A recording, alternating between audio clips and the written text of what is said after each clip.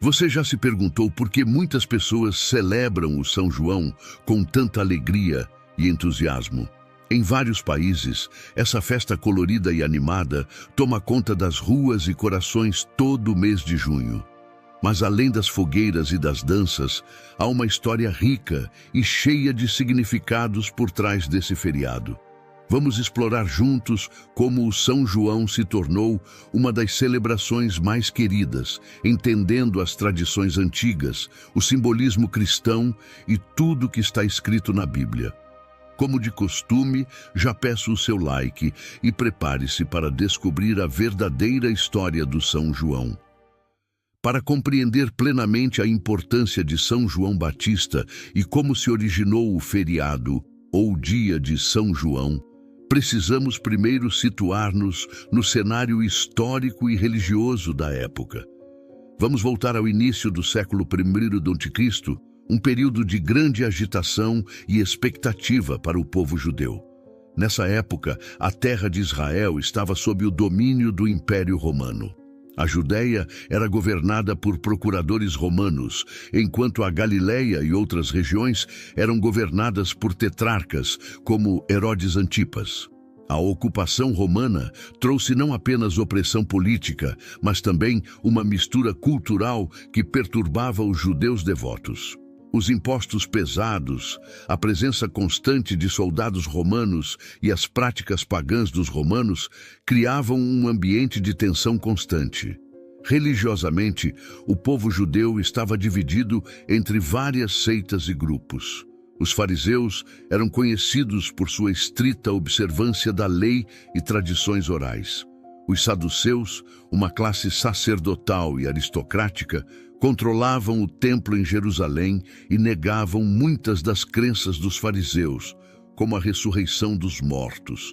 Os essênios, um grupo ascético, viviam em comunidades isoladas, esperando a chegada do Messias. Além disso, havia os zelotes, que defendiam a revolta armada contra Roma. No meio desse cenário, a esperança messiânica era palpável. O povo judeu aguardava ansiosamente o cumprimento das antigas profecias que prometiam a vinda de um Salvador.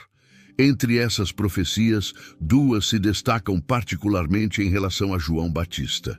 A primeira está em Isaías 43, que diz: Uma voz clama: No deserto preparem o caminho para o Senhor, façam no deserto um caminho reto para o nosso Deus. Essa passagem profetiza alguém que viria antes do Messias, preparando o caminho para ele, exortando o povo a se arrepender e voltar-se para Deus. A segunda profecia relevante encontra-se em Malaquias 3:1. Eu enviarei o meu mensageiro que preparará o caminho diante de mim. E então, de repente, o Senhor que vocês buscam virá ao seu templo. O mensageiro da aliança, a quem vocês desejam, virá, diz o Senhor dos Exércitos. Aqui, Deus promete enviar um mensageiro para preparar o caminho para a vinda do Senhor, reforçando a ideia de que um precursor anunciaria a chegada do Messias. Diante dessas profecias, a expectativa messiânica atingiu seu ápice. O povo judeu, cansado de opressão e corrupção, ansiava pela chegada do Messias, que traria libertação e restauração. Muitos acreditavam que o Messias seria um líder político e militar, alguém que libertaria Israel do jugo romano e restauraria o reino de Davi. Essa esperança messiânica não estava limitada aos eruditos e líderes religiosos. Permeava todas as camadas da sociedade. Homens e mulheres comuns viviam na expectativa de que a qualquer momento o Messias poderia aparecer, trazendo consigo a tão esperada salvação. É nesse contexto fervoroso e cheio de expectativas que João Batista emerge. Sua vida e ministério são diretamente ligados a essas antigas profecias e à esperança messiânica que dominava a mentalidade do povo judeu. Em meio ao deserto, João Batista surge como a voz que clama, convocando o povo ao arrependimento e preparando o caminho para a chegada do Messias prometido. Sua história começa com Zacarias e Isabel, seus pais, um casal piedoso que vivia nos dias do rei Herodes, o Grande. Zacarias era sacerdote da ordem de Abias, e Isabel, descendente de Arão, compartilhava com seu marido uma herança sacerdotal. Ambos eram descritos como justos diante de Deus, observando irrepreensivelmente todos os mandamentos e preceitos do Senhor. No entanto, havia um fardo pesado em suas vidas. Isabel era estéril e ambos já estavam avançados em idade. A falta de filhos era não só uma fonte de dor pessoal, mas também de estigma social, já que a descendência era considerada uma bênção divina. Certa vez, enquanto Zacarias cumpria suas funções sacerdotais no templo de Jerusalém, ele foi sorteado para entrar no santuário do Senhor e queimar incenso, uma honra rara e especial. Enquanto a multidão de fiéis orava do lado de fora, Zacarias se encontrava sozinho diante do altar de incenso, envolto no silêncio sagrado. De repente, o anjo Gabriel apareceu ao lado direito do altar. Zacarias ficou atemorizado, mas o anjo disse: "Não tenha medo, Zacarias. Sua oração foi ouvida. Isabel, sua esposa, lhe dará um filho, e você lhe dará o nome de João. Ele será motivo de grande alegria e regozijo, e muitos se alegrarão por causa do nascimento dele, pois será grande aos olhos do Senhor. Ele nunca tomará vinho nem bebida fermentada, e será cheio do Espírito Santo desde antes do seu nascimento. Ele converterá muitos dos filhos de Israel ao Senhor, seu Deus, e irá adiante do Senhor no espírito e poder de Elias, para fazer voltar o coração dos pais aos filhos, e os desobedientes à sabedoria dos justos, para deixar um povo preparado para o Senhor." Diante de tal anúncio extraordinário, Zacarias, atônito, perguntou ao anjo: "Como posso ter certeza disso? Sou velho e minha mulher está em idade avançada." A resposta de Gabriel foi imediata e severa: "Eu sou Gabriel, que está sempre na presença de Deus. Fui enviado para falar com você e lhe trazer essas boas novas. Agora você ficará mudo e não poderá falar até o dia em que isso acontecer, porque não acreditou nas minhas palavras, que se cumprirão no tempo devido." Enquanto isso, as pessoas do lado de fora começavam a se inquietar, pois Zacarias demorava muito no santuário. Quando ele finalmente saiu, estava incapaz de falar, comunicando-se apenas por gestos.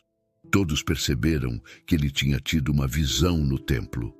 Após terminar seu período de serviço no templo, Zacarias voltou para casa.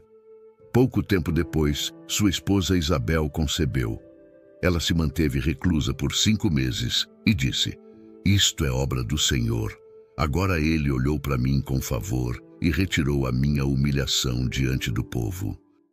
O anúncio do nascimento de João Batista é um dos eventos mais milagrosos e significativos do Novo Testamento. A intervenção direta de Deus na vida de Zacarias e Isabel, um casal justo, mas desprovido de filhos, marca o início de um novo capítulo na história da salvação. A concepção de João, apesar da esterilidade de Isabel e da idade avançada do casal, é um poderoso testemunho do cumprimento das promessas divinas e da preparação para a chegada do Messias. O tempo passou e chegou o momento do cumprimento da promessa. Isabel deu à luz um filho. Os vizinhos e parentes, sabendo que o Senhor havia mostrado grande misericórdia para com ela, alegraram-se juntamente. No 8º dia, conforme a tradição judaica, eles vieram circuncidar o menino. Queriam dar-lhe o nome de seu pai, Zacarias, mas Isabel insistiu: "Não, ele será chamado João." Os presentes ficaram surpresos, pois ninguém na família tinha esse nome. Recorreram então a Zacarias, que ainda estava mudo, para saber como ele queria que o menino fosse chamado. Zacarias pediu uma tabuinha e escreveu: "O nome dele é João." No mesmo instante, sua boca se abriu e ele começou a falar, louvando a Deus. O espanto tomou conta de todos os vizinhos e por toda a região montanhosa da Judéia. As pessoas comentavam esses acontecimentos. Todos os que ouviam falar dessas coisas refletiam e perguntavam: o que virá a ser este menino? Pois a mão do Senhor estava com ele. Tomado pelo Espírito Santo, Zacarias então proferiu um cântico profético, conhecido como Benedictus, que começa assim: Bendito seja o Senhor, o Deus de Israel, porque veio visitar e redimir o seu povo. Ele preparou para nós um poderoso Salvador na casa de Davi, seu servo, como falara pela boca dos seus santos profetas desde os tempos antigos, para nos livrar dos nossos inimigos e da mão de todos os que nos odeiam. Zacarias continuou a louvar a Deus pela promessa cumprida e profetizou sobre seu filho, dizendo: E você, meu filho, será chamado profeta do Altíssimo, porque irá adiante do Senhor, para preparar o caminho para ele, para dar ao seu povo o conhecimento da salvação, mediante o perdão dos seus pecados, por causa das ternas misericórdias de nosso Deus, pelas quais o sol nascente nos visitará das alturas, para brilhar sobre aqueles que estão vivendo nas trevas e na sombra da morte, e guiar nossos pés no caminho da paz. A criança cresceu e tornou-se forte em espírito. Desde cedo, João mostrou-se diferente, conduzido por uma missão divina que começava a se delinear. Ele passou sua infância e juventude no deserto, longe das comodidades da cidade e das influências corruptoras, vivendo uma vida de simplicidade e preparação. Vestia peles de camelo e um cinto de couro ao redor da cintura.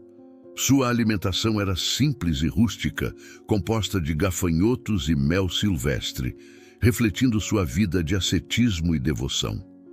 Nesse ambiente inóspito e solitário, João desenvolveu um caráter robusto e uma espiritualidade profunda, sintonizando-se cada vez mais com o propósito que Deus havia traçado para sua vida.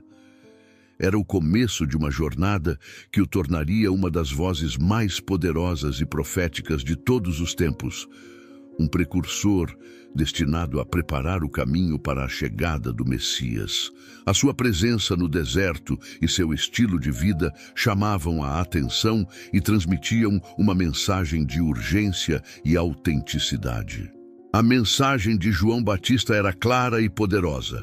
Arrependam-se, pois o reino dos céus está próximo. Com voz forte e convincente, ele conclamava as multidões a mudarem de vida, a abandonarem seus pecados e a se voltarem para Deus. Ele não pregava nos centros urbanos, mas nas margens do Rio Jordão. E mesmo assim, pessoas de Jerusalém, de toda a Judéia e de toda a região do Jordão vinham até ele. João oferecia um batismo de arrependimento, mergulhando aqueles que confessavam seus pecados nas águas do Rio Jordão. Este batismo simbolizava a purificação e o renascimento espiritual, preparando as pessoas para a chegada iminente do Messias. O ministério de João não se limitava apenas ao batismo. Ele também desafiava a hipocrisia e a injustiça.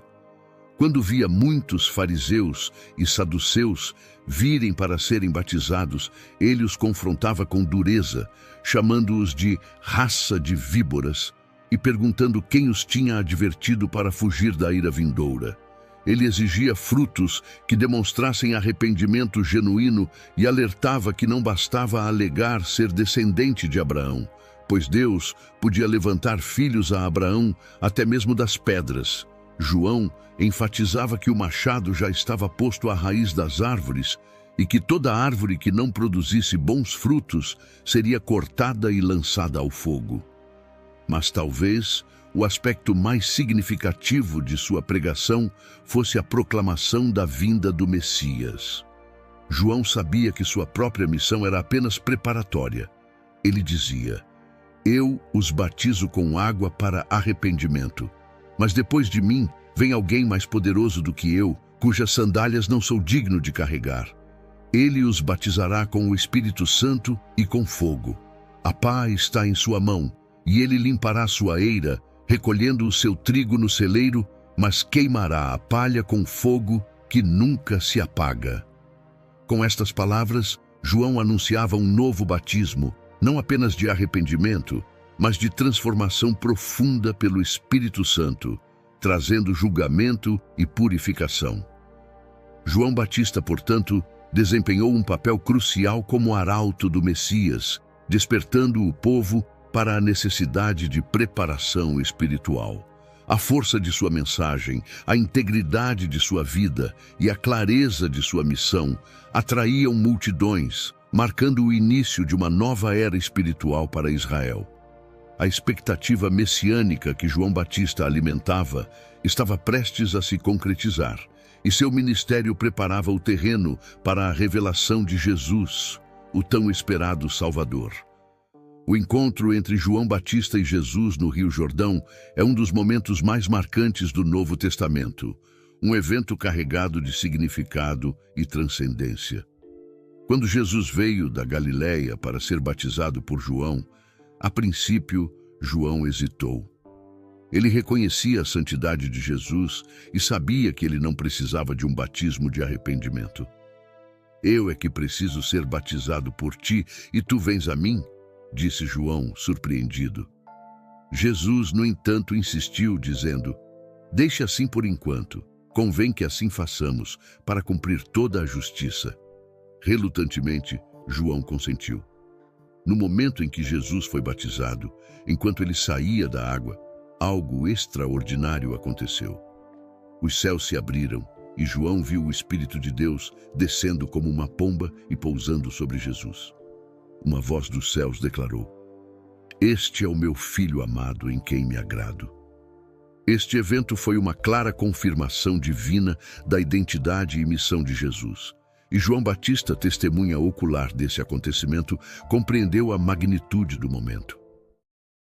Pouco tempo depois, João testemunhou mais uma vez sobre Jesus, desta vez para seus próprios discípulos e para aqueles que estavam ao seu redor. Vendo Jesus aproximar-se, ele declarou: "Vejam, é o Cordeiro de Deus que tira o pecado do mundo." João continuou a explicar que era este de quem ele havia dito: "Depois de mim, vem um homem que é superior a mim, porque já existia antes de mim." João confessou que, inicialmente, não sabia que Jesus era o Messias, mas que Deus lhe havia revelado, dizendo: "Aquele sobre quem você vir o Espírito descer e permanecer, esse é o que batiza com o Espírito Santo." Ao ver o Espírito descer sobre Jesus no batismo, João testificou: "Eu vi e testifico que este é o Filho de Deus." A declaração de João sobre Jesus como o Cordeiro de Deus não era apenas uma afirmação de sua identidade messiânica, mas também uma indicação de seu papel sacrificial. Na tradição judaica, o Cordeiro era um símbolo de sacrifício pelos pecados do povo. E ao chamar Jesus de Cordeiro de Deus, João estava prefigurando a missão redentora de Jesus. A confirmação divina durante o batismo, com o Espírito Santo descendo em forma de pomba e a voz do céu, foi um momento de epifania para todos presentes. Para João, foi o cumprimento de tudo o que ele havia pregado e esperado. Ele sabia que seu próprio papel estava cumprido, que ele havia preparado o caminho para alguém muito maior. Esta revelação também foi uma transição para os seus próprios seguidores, apontando-os para seguir Jesus, o verdadeiro Messias. Este encontro no Jordão solidificou a ligação entre João Batista e Jesus, mostrando que João era o precursor, o mensageiro que preparava o caminho, e Jesus, o Messias prometido, o Filho de Deus que traria a redenção ao mundo. A interação entre eles marcou o início do ministério público de Jesus, uma nova era na história da salvação. Porém, nem toda história tem um final feliz. João Batista, conhecido por sua integridade e coragem, não hesitou em denunciar a corrupção e a imoralidade, independentemente da posição ou do poder de quem praticava tais atos. Um dos principais alvos de sua reprovação foi Herodes Antipas, o tetrarca da Galileia e Pérea. Herodes havia se casado com Herodias, a esposa de seu meio-irmão Filipe, em um ato que João publicamente condenou como ilícito, afirmando: "Não te é permitido viver com ela." A ousadia de João em desafiar a autoridade de Herodes Antipas foi um ato de grande risco, especialmente considerando o temperamento volátil e o poder absoluto do tetrarca. Herodes, instigado por Herodias, não tolerou a acusação pública e mandou prender João. Assim, João Batista foi lançado na prisão da fortaleza de Maqueronte, um lugar isolado e sombrio, situado nas colinas desertas da atual Jordânia. Sua prisão não foi apenas uma medida para silenciá-lo, mas também um sinal do profundo impacto e ameaça que sua pregação representava para os poderes estabelecidos. Durante sua permanência no cárcere, João Batista experimentou um período de profunda reflexão e talvez de incerteza. Enquanto estava preso, João Batista continuou a interagir com seus discípulos, que vinham visitá-lo e atualizá-lo sobre os acontecimentos fora das paredes da prisão. João, consciente de que seu tempo estava acabando, queria ter certeza de que sua missão de preparar o caminho para o Messias havia sido cumprida corretamente. Ele enviou alguns de seus discípulos a Jesus com uma pergunta crucial: "És tu aquele que haveria de vir, ou devemos esperar algum outro?" Esta pergunta refletia não uma dúvida sobre a identidade de Jesus, mas um desejo de confirmação e reafirmação de que seu próprio trabalho não havia sido em vão. Os discípulos de João foram até Jesus e transmitiram a mensagem de seu mestre. Jesus, em resposta, não forneceu uma simples afirmação verbal. Em vez disso, ele realizou várias curas e milagres diante deles, e então disse: "Voltem e anunciem a João o que vocês estão ouvindo e vendo. Os cegos veem, os paralíticos andam, os leprosos são purificados, os surdos ouvem, os mortos são ressuscitados e as boas novas são pregadas aos pobres. E feliz é aquele que não se escandaliza por minha causa." Essa resposta de Jesus foi uma confirmação poderosa e profética, ecoando as palavras de Isaías e mostrando que as obras do Messias estavam sendo cumpridas.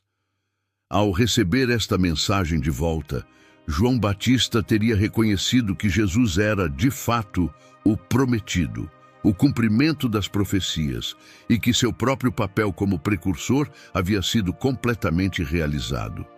O encarceramento de João Batista não silenciou sua voz nem diminuiu sua influência. Seus discípulos continuaram a honrar e a propagar seus ensinamentos, e sua coragem em enfrentar Herodes ressoava como um testemunho da integridade e da força de seu caráter. João permaneceu firme em sua convicção, mesmo diante da prisão e das adversidades, demonstrando que seu compromisso com a verdade e a justiça estava acima de qualquer temor humano. A prisão de João Batista, em vez de ser um fim, marcou a continuidade de sua influência espiritual e moral, preparando o caminho para a obra redentora de Jesus.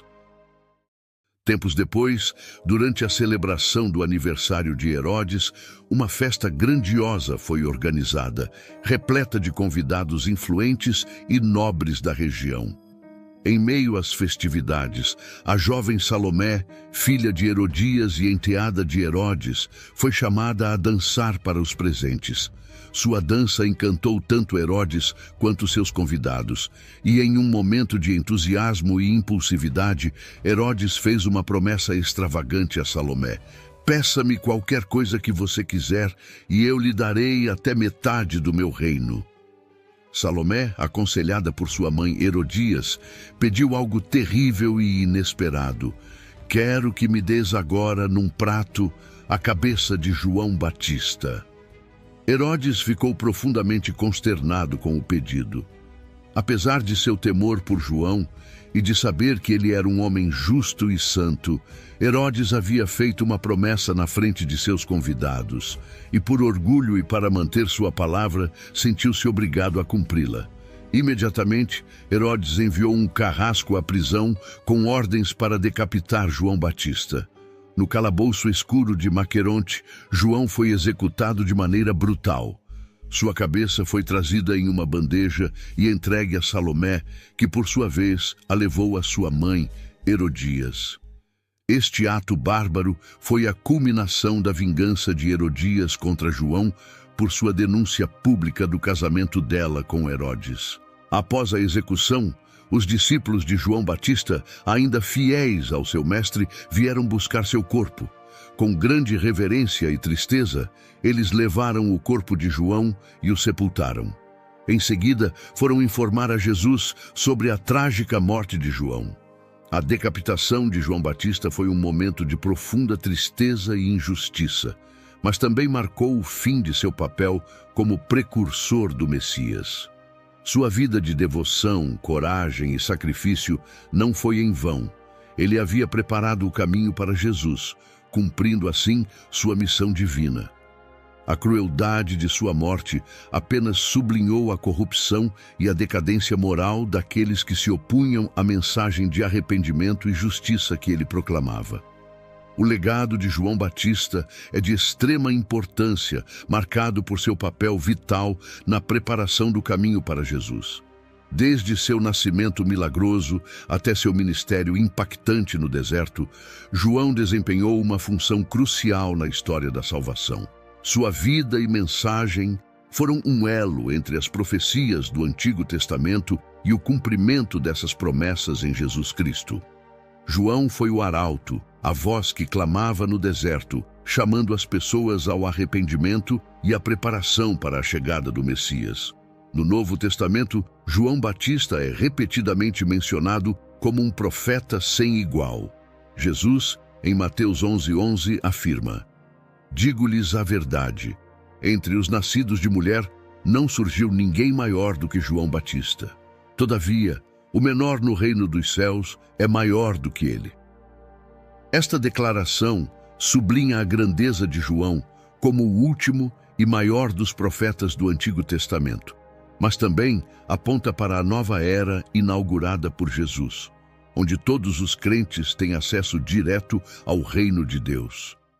A origem da celebração do dia de São João remonta ao início do cristianismo, quando a Igreja Católica e outras denominações cristãs começaram a honrar santos e mártires através de festividades em datas específicas. São João Batista, por sua importância como o profeta que anunciou a vinda do Messias e batizou Jesus no Rio Jordão, ganhou uma celebração especial. O dia de São João é celebrado em muitas partes do mundo, especialmente em países de tradição cristã, como o Brasil, Portugal, França, Espanha, entre outros. Esta data homenageia São João Batista, uma figura importante no cristianismo, conhecido como o precursor de Jesus Cristo. O feriado de São João é comemorado em diferentes datas ao redor do mundo, geralmente próximo ao solstício de verão no hemisfério norte, em 24 de junho, ou próximo ao solstício de inverno no hemisfério sul, em 24 de junho ou 25 de junho, dependendo da tradição local. As festas de São João são marcadas por uma mistura de elementos cristãos e tradições populares. Em muitos lugares, há fogueiras, que simbolizam a purificação e a luz de Cristo, além de danças, músicas e pratos típicos. As comemorações incluem rituais que remontam a tradições pré-cristãs de celebração do solstício, como pular a fogueira, queimar bonecos de palha, além de distribuição de alimentos como milho cozido, canjica, pamonha, entre outros. Além do aspecto festivo, o feriado de São João é uma oportunidade para os fiéis refletirem sobre a vida e a mensagem de São João Batista, seu papel como precursor de Jesus Cristo e sua importância na história da fé cristã.